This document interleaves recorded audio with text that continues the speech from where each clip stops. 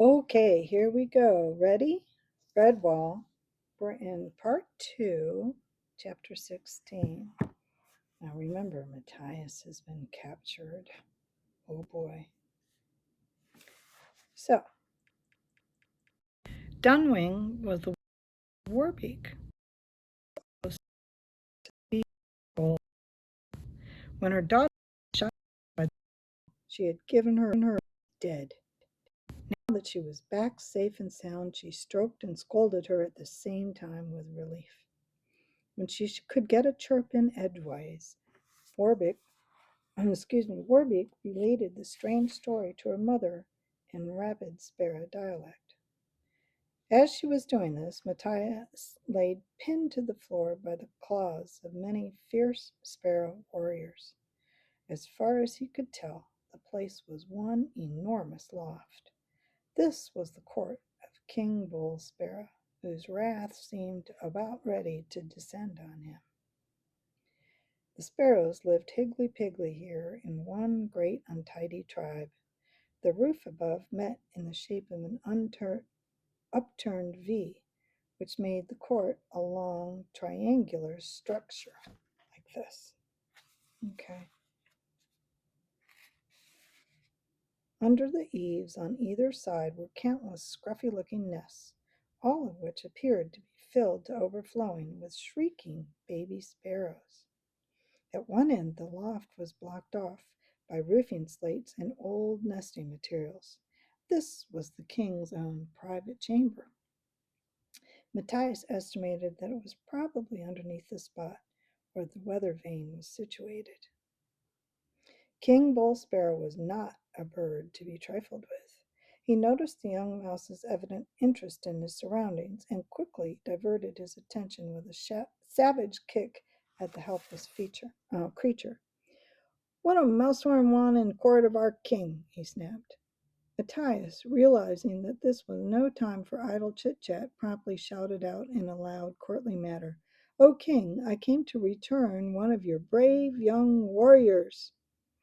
The statement caused an immediate hullabaloo. Bull Sparrow flapped his wings once and quiet descended. He cocked his head to one side, assessing this bold young intruder. "You lie, mouseworm, not help 'em, Sparrow, mouse enemy," he shrieked. "King Bull Sparrow say killium enemy. Kill 'em!" Instantly Matthias found himself fighting for his life. The sparrow soldiers piled in on him, jabbering, clawing, and pecking. He managed to get a paw free and struck out left and right, dealing hefty blows to several of the sparrows. Matthias realized that he would soon be overwhelmed as more sparrows pressed in on him, urged on by the mad exhortations of their king. "Killy, killy, make 'em mouse dead, killy!" As Matthias battled to free his other paw, he felt himself enveloped by two pairs of wings. Warbeak and Dunwing were attempting to shelter him. The mother sparrow was crying out, "No, killy, mouse good, saving my egg sparrow." The king was not convinced. "Mouse enemy, gotta make 'em dead." King Bull Sparrow had no fledglings of his own. Warbeak, who was his favorite niece, called out to her uncle, appealing for mercy. "No, no, King Bull, not killing Matthias Mouse. Him save Warbeak. Give Sparrow word to Mouse that you know killy." The king sprang in among his warriors, scattering them like chaff. They cowered before him as he shouted out a new edict. "Fool worms, stop! King say no killy mouse. We have Sparrow word of my sister's egg chick." The Sparrow warriors backed off. Matthias picked himself up. Luckily, he had not come to much harm. He dusted his habit off. "Phew! Thank you once again, Warbeak, my friend. I owe you my life." The king issued orders to two sparrow warriors. "Battlehawk, Windplume, get 'em bag. Find out what the mice carry." Matthias stood firm as the haversack was pulled from his back. The two warriors could not figure out how to open it. They tore at the material with beak and claw until it gave way. The contents scattered upon the floor. Matthias stood respectfully to one side as the king rummaged through his meager possessions. King Bull Sparrow drank some water from the canteen. He spat it out. No worms, only a mouse food, he commented. Warbeak sighed wistfully. She looked longingly on as her uncle found the package of candied chestnuts and ripped it open. Bull Sparrow dubiously sampled one. His face lit up with pleasure. This is good food for King Sparrow King, not good for Mouseworm. Me keep. He tucked the candied chestnuts under his wing, then picked up the collar and lead and beckoned to Matthias. Mouseworm, come here. You lucky. King let him live. The young mouse approached the sparrow with trepidation, not wanting to antagonize the moody, dangerous bird. The Sparrow King buckled the collar tightly around Matthias's neck, scarcely leaving him room to breathe. He attached the lead and laughed out loud. Dutifully, the other sparrows laughed with him. Matthias felt his blood boil. He had tried to contain his rising temper. The court of the Sparrow King was no place to have tantrums. Mentally, he promised himself that he would never again use a collar on any living creature. The indignity was unspeakable. Bull Sparrow handed the lead to Warbeak. Turning to his subjects, he chuckled insanely and pointed at Matthias. King Bull Sparrow, a sparrow mouse. Now how you like him for pet, my niece? Mouse, you obey my sister and her egg chick. Funny, huh? All the sparrows laughed out loud and long, vying with each other to show the most merriment. The king was a completely unpredictable tyrant. When he made a joke, it was always funny. Warbeak gave the lead a tug and whispered to her friend, Matthias, you see Warbeak and mother not make laugh. Sorry. The young captive winked at his warder. He was beginning to hatch a plan. Don't worry, my friend. At least I'm alive. Warbeak handed the lead to her mother. This Dunwing, she mother, good sparrow, not hurt mouse. See? Dunwing gave the lead a light pull. She gave Matthias a smile and a nod. He decided he liked Warbeak's mother. The king issued his orders to Warbeak and Dunwing. You keep 'em mouseworm on 'em lead. No wander, no stray, give 'em plenty work. Much kick like this. Bull Sparrow raised a kick at Matthias, who dodged nimbly and started to dance and sing, with a silly expression on his face. The king stood with his head cocked to one side, amazed at the performance of this strange mouse. Matthias pranced comically about, improvising a song as he went. Up higher than before, I'm near the roof indeed. The king gave me a collar, his sister holds the lead. Round and round he skipped, repeating the verse over and over. Bull Sparrow flapped his wings and laughed hysterically. Ah, look, Battlehawk, see, Windplume, Mouseworm be hurt in head brain. He crazy. Ha ha. Obediently, everyone laughed with the mad monarch. After a while, the sparrows drifted off, some to their nests, others to hunt worms. A chosen few went with the king to play three feathers, a popular sparrow gambling game of which Bull Sparrow was very fond. Dunwing and her daughter led the dancing mouse off to their nest in the rear of the court under the farthest eaves. Despite its outward untidy appearance, the nest was neat and cozy on the inside. Warbeak had gathered Matthias's gear together. Repacking it into the torn haversack, she returned it to her mouse friend, eyeing him in an apprehensive manner. Matthias be sick in head? She inquired. The young mouse lay gratefully in Dunwing's nest and smiled reassuringly at them both. Not at all. I'm as sane as you are. However, if I act as if I'm mad, then maybe your king and his warriors will not regard me as a threat. Perhaps they will leave me alone and forget about me. Dunwing looked up from the meal she was preparing. Her eyes were serious. Matthias Mouse do right thing, she said. Bull Sparrow be wicked, bad temper. Sometimes Dunwing think Bull Sparrow mad. Best he think you no harm, Mouse. Matthias bowed deferentially to her. Thank you, Dunwing. You are a very brave sparrow. You put yourself and Warbeak in great peril, saving me as you did. Dunwing served them both food. Thankfully, Matthias noted that she refrained from putting worms and dead insects in his portion. Yet Mouse Sparrow watched him with soft, intelligent eyes. The mouse was about the same age as her daughter. Matthias, save 'em my Warbeak, she said. We have no sparrow warrior to look after us. Warbeak brave, like father was. Now father he dead. I learned to stand up for us till Warbeak grow into great warrior some day. The hours slipped by as the three conversed. Matthias learned much of the sparrow customs and ways of life. Dunweg, being the king's sister, was of royal blood. Her husband had been killed the previous spring in a battle with some starlings. He had saved the life of the king, whereupon Bull Sparrow had vowed to take care for her and her daughter, but he had instantly forgotten his promises, leaving the pair to fend for themselves. Only in moments of urgency would Dunweg remind him of his vow, knowing that Bull Sparrow was a dangerous despot. So normally, Dunwing maintained a diplomatic silence in his presence. Sometimes Bull Sparrow would retire to his private chamber. He would remain in there brooding for days, suddenly emerging to fire his warriors with grandiose schemes and wild ideas.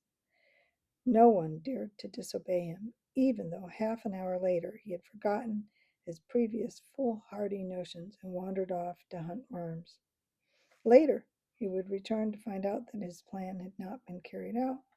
In a furious squabble of accusation and recrimination, I can't say the word, recrimination, he would demote officers and promote the most unlikely soldiers from the ranks. Next day, he had forgotten it all again and was hatching more crazy plans. Matthias was constantly amazed at the mode of life in the Sparrow court. The sparrows showed no kindness or civility to one another, often fighting savagely among themselves on the slightest pretext. Warriors and even fledglings joined in. The injuries they inflicted on each other were appalling. Sparrow folk knew nothing of the firemaker's art. By day, the court was illuminated by sunlight that streamed in through the cracked and broken slates and slanted up through the eaves. All food was eaten uncooked, worms and small insects providing the main diet. The sparrow did not discriminate between different species of insects. All came under the general heading of worm. Thus, a sparrow might make a meal of a butterfly or a grasshopper and refer to it as worm food. Worm was also used to denote an enemy or a coward or anything alien to the sparrow. Fresh flowers and tender shoots of vegetation were used to supplement the worm diet. Also, berries and whatever fruit a sparrow could carry in flight. Matthias was grateful for this. He abhorred the idea of eating live worms or dead insects. Yeah, me too. There was no strict routine of chores ever carried out. Apart from parents feeding fledglings, everything was left undone until tomorrow, which meant that it was never done. The evidence of this lay all about the court. Dirt, dust, filth, and general chaos prevailed. Matthias gradually found out that once he could keep pace with the speedy delivery of sparrow language, it was relatively simple. The use of the term was indiscriminate, thrown in whenever the speaker fancied. It was quite basic. Often, ordinary words were joined together or elongated by adding e. Some of the sparrow chattered with such rapidity that Matthias was sure they could not understand themselves. Matthias was not sure whether Warbeak knew of his mission to bring back Martin's sword. Certainly Dunweg did not. The young mouse had had a good look around most of the court, but the sword was not to be seen. Matthias reasoned that it must be in the one place he had not yet explored, the private chamber of the king. He thought long and hard about how he might obtain access to the royal apartments. He did not want to cause trouble for his friends, nor did he want them to suspect what he came for. Excuse me.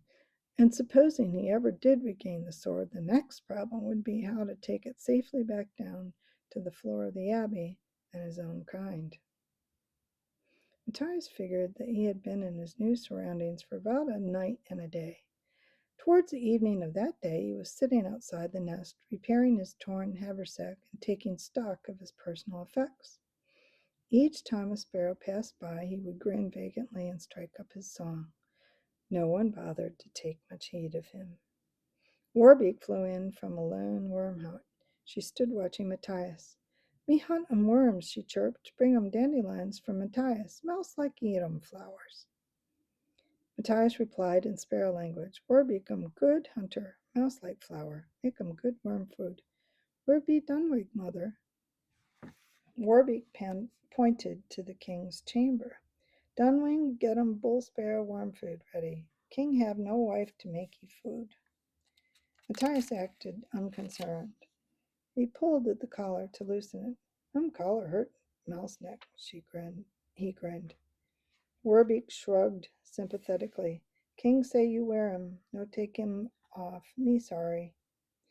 Matthias continued sorting through his belongings. He came across an unopened package. What a stroke of luck! It was candied chestnuts. Hastily, he slipped them into the haversack, hiding the nuts from Warbeak. Under normal circumstances, he would gladly have given them to his friend, but this was different. Matthias needed them as bait. They continued gossiping until Dunwig returned. After a decent interval, the young mouse spoke to her. "You go to King's room all lot of time?" Dunwig nodded. "He only sparrow King Bull let into there," she laughed. "He lazy sparrow, not make own worm food." Matthias shared her laughter. "Betch King not know how to make own worm food," he chuckled. "What do you think, Dunwig? Matthias find gift for King?" The sparrow mother looked up sharply. "What mouse mean, gift?" Matthias drew close and whispered conspiratorially, "Remember how King Bull like mouse candy nuts? He find more. You take me. We give nuts to King."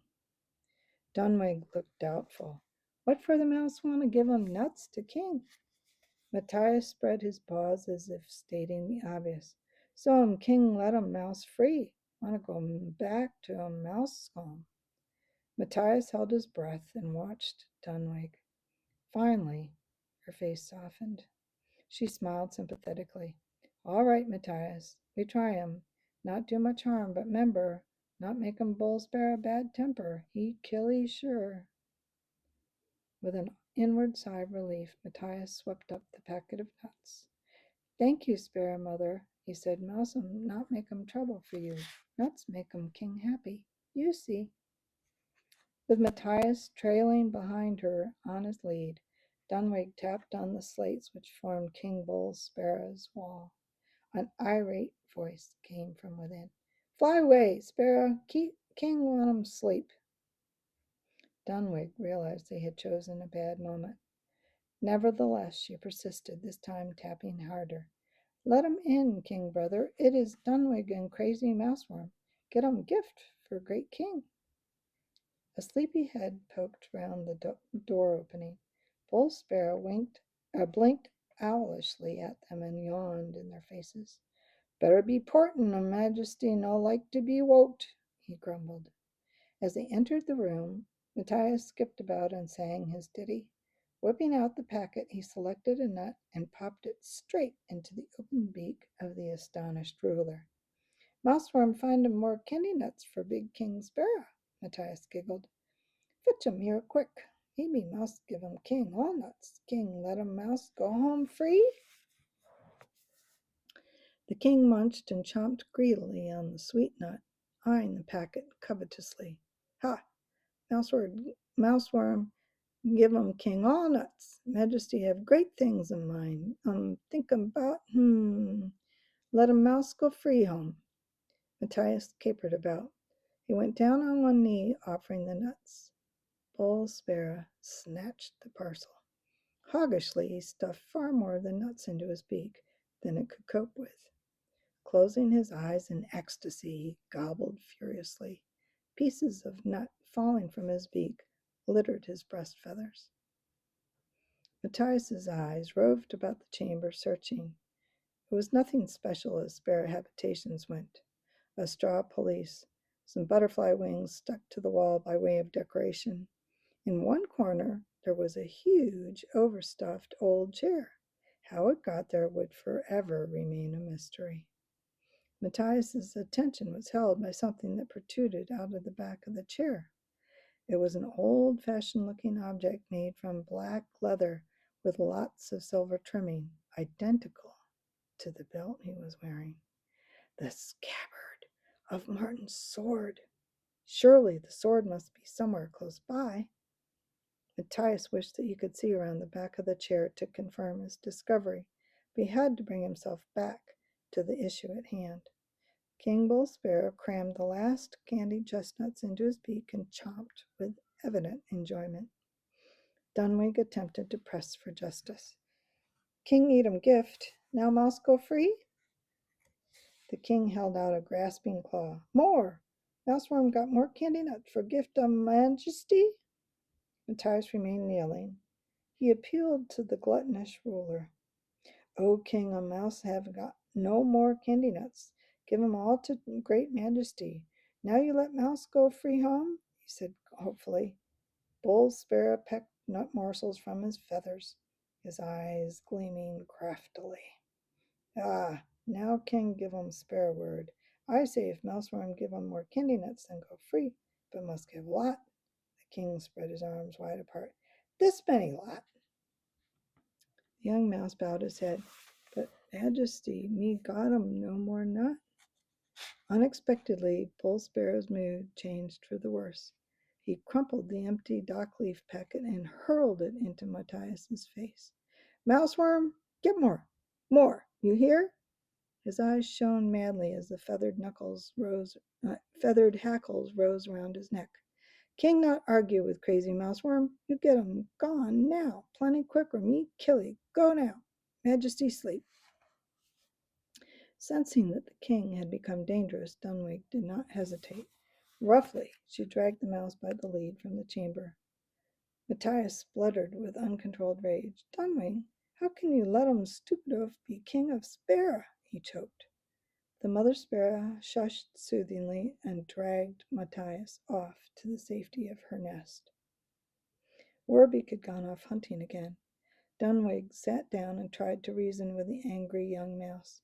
Matthias not like King Bull, here say him stupid oaf. You be dead, worm bait, much soon. Matthias opened his mouth to protest. The sparrow silenced him with an upraised wing. All birds know that King Bull, mighty fighter, him say sparrow tribe many time from an enemy. He's sometimes lazy, sometimes bad temper, but not stupid. Bull Sparrow sly like fox, only pretend to be stupid, just like Matthias. Dunwig had guessed that Matthias had gone to the king's chamber for other reasons than to gain his freedom. This was a very wise mother bird. He decided to put all of his cards on the table. Dunwig, Dunwig, listen. I want to tell you a story, he said. It is all about the mice who live in the abbey beneath us, and of one mouse in particular called Martin the Warrior. The sparrow listened intently as the young mouse unfolded the story of Redwall Abbey and the part that he was playing in its hour of need. When Matthias had finished his tale, Dunwig saw the truth of it in his open face. She drew close and said quietly, Matthias, Dunwig knew. First day you come here, I see belt you wear. It is all the same as thing behind chair in king's room. But why? Matthias interjected. Again Dunwig silenced him. Young mouse, sit still, she said. Now let me tell you story. Many time ago, before my mother was an egg, king named Bloodfeather. He steal sword from North Point. Sword makes sparrow folk proud, brave fighters, strong egg checks, much warm food to eat. Sword hang in court of Sparra. Bloodfeather die. Who know how? Bull Sparrow become king. My husband Graytail tellin' me this 'fore he die. Bull Sparrow wear warrior sword. Case be too heavy. Leave case behind. In room back a chair. Carry sword in claw feet. King Bull, he much show off. Dig worm with sword. My husband go along with him. One day they hunt in mossflower trees. Giant worm come, one with poison teeth. All the time say Asmodeus like that. Bull Sparrow drop 'em big sword. Even he scared of poison teeth. Giant worm curl round 'em sword handle. Bull Sparrow, he order my husband Graytail get 'em sword back. Graytail try, but worm bite 'em with poison teeth. He hurt bad, but fly back to court with 'em Bull Sparrow. They leave sword in mossflower with giant worm. My husband die. Bull Sparrow say hurt in starling fight. Not true. Graytail tell me all, for he die. Warbeak still egg, not know how father die. That's awful. Did you understand that? The king lost it. The snake took it, and he told Warbeak's father to get it back. And he got bit by the adder and died. And the king lied as far as how he died. The king hasn't told anybody the sword is missing. Matthias watched sympathetically as Dunwing fought back her tears. Gently he patted the widowed sparrow. Graytail and be a mighty warrior to face poison teeth alone. You glad Warbeak be his egg chick. Dunwing smiled through her tears. Matthias be good mouse. There followed an embarrassed silence. Matthias spoke half aloud. So, it seems my quest has been in vain. But what of the scabbard? Scabbard mean sword case? Dunwing inquired. Matthias nodded. Me tell him 'bout sword case, Dunwing said bitterly. King Bull Sparrow be frightened to tell him rest a sparrow that he lose sword. Huh, he not know him, Graytail tell me, but I watch him, King. Dunwing know.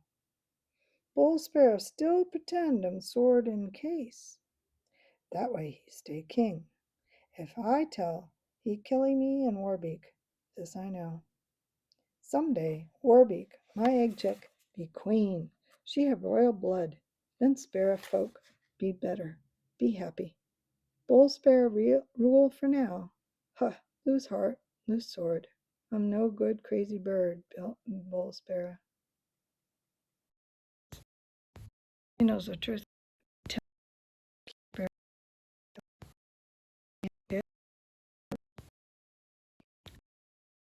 Settled down to sleep in Dunwing's nest. Matthias had a good deal to reflect upon. So, King Bull had lost the sword to a giant worm with poisoned teeth. Matthias knew that description fitted only one thing: a snake. Poison probably meant it was an adder. He had never seen an adder, nor any other type of snake. At Redwall, he had learned of snakes from the talk of others. They spoke of the adder as if it were a reptile that was half legend, half nightmare. It was said that even the Father Abbot himself would flatly refuse to treat a snake, no matter how bad its condition might be. Luckily, there had never been cause to. There had never been reports of an adder in the area of Mossflower.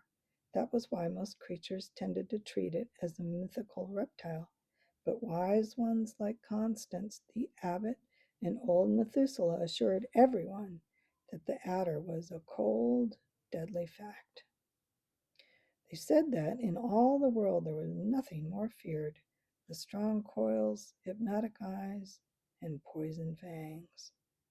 Matthias shuddered. It sounded even more fearsome than Clooney the Scourge. How could a mere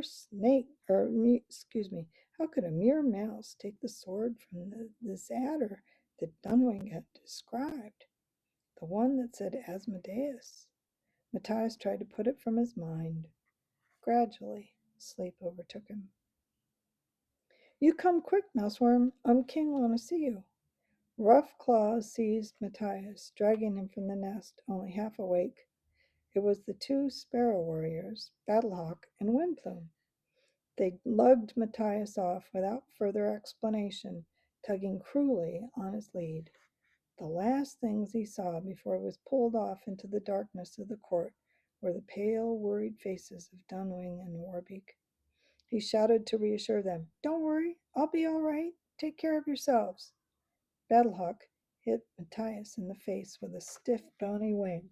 Mouseworm, shut him, beak or meat, killy. Not before I see your king, you won't, the young mouse retorted. Battlehawk aimed a kick at him, but Windplume deflected it. Leave Mouse alone. You killy him, king killy us. Windplume grinned at Matthias. Mouse cheeky, but brave like a Sparrow warrior. King Bull Sparrow had finished napping. Something was disturbing him about the captive mouse.